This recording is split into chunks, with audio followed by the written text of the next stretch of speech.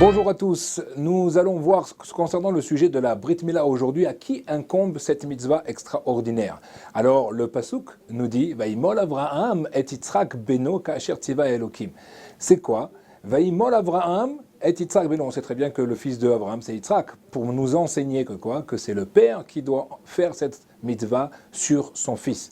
Ka'asher tziva oto, Elokim, c'est quoi oto? Velo ota, nous disent les Mefarshim, ça veut dire que c'est le père et non pas la mère qui a la mitzvah de faire la Brit Mila. C'est le premier point qui est important de comprendre. Si maintenant le père ne fait pas la Brit Mila, alors il faut à tout prix le persuader puisqu'il annule une mitzvah de la Torah qui est extrêmement importante, mais cependant, on n'aura pas le droit de faire la mitzvah contre le gré du père. Il faudra le convaincre, lui montrer l'importance de la chose, mais en tout cas, si on allait faire la mitzvah contre le gré du père, ça serait un interdit complètement, et même si un Moël ferait ça le jour du Shabbat, ça serait carrément une transgression du Shabbat, donc il faut faire très attention là-dessus. Maintenant, s'il voudrait la faire, mais pas le 8e jour, là, il faudra lui faire comprendre de la gravité de cette décision, puisque c'est plus l'enfant rentrera trop tôt dans l'alliance, et plus il sera protégé, et les conséquences sont énormes. Si maintenant, on est dans un cas où le père ne peut pas faire la Brit Mila, soit parce qu'il est malade, soit qu'il est en prison, ou parce que le père ne serait pas ordonné, par exemple, si le père n'est pas juif, alors c'est le Bet Din qui doit faire la mitzvah de la Brit Mila.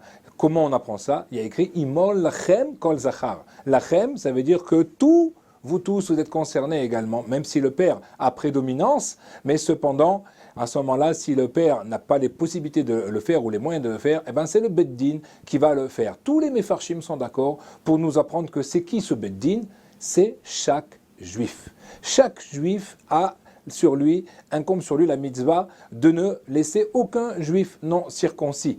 Et donc, du coup, eux-mêmes devront payer, si c'est nécessaire, de leur poche pour pouvoir faire cette Brit Mila. Si c'est un enfant de 8 jours, c'est pas grand-chose. Si c'est un enfant qui est beaucoup plus âgé, car la Brit Mila doit être faite quel que soit l'âge, jusqu'au dernier jour, eh ben, à ce moment-là, ils devront également subvenir à ces besoins-là pour pouvoir le faire. À tel point que le Rambam également nous dit que si maintenant on connaît un juif non circoncis mais qu'on ne s'occupe pas de le circoncire, c'est soi-même qui faisons l'interdit et qui annulons la mitzvah tassée. Ça veut dire qu'on fait carrément l'interdit de ne pas circoncire la personne comme si on était le père lui-même. Donc, c'est tellement important de faire cette chose-là. Donc, en premier, le père. Deuxièmement, le Beddin. Et donc, le Beddin, comme on a vu, c'est chaque homme juif. Évidemment, si on n'a pas les possibilités de le faire, techniquement, on n'a pas la connaissance pour faire cela, alors à ce moment-là, on ira vers une instance qui va nous permettre de faire cela. Quel est le rôle alors de la maman? Eh bien, dans le cas où uniquement le père n'aurait pas la possibilité, soit parce qu'il est malade et les autres quoi que nous avons vu, de faire la Brit Mila, alors elle aussi devra s'assurer que son fils rentre dans l'alliance et fasse la Brit Mila à l'âge de 8 jours, le 8e jour exactement. D'accord? Et donc c'est dans ces cas-là où elle pourra choisir le Moël, mais sinon, ce n'est jamais la maman qui va choisir le Moël, ce sera toujours le papa qui aura la prédominance pour cette décision-là et ce choix-là. Donc il faut faire attention, il y a souvent des erreurs dans les jeunes couples, c'est le père qui choisit le Moël. Si la Brit Mila n'a pas été faite, sachez que l'enfant lui-même aura la mitzvah de le faire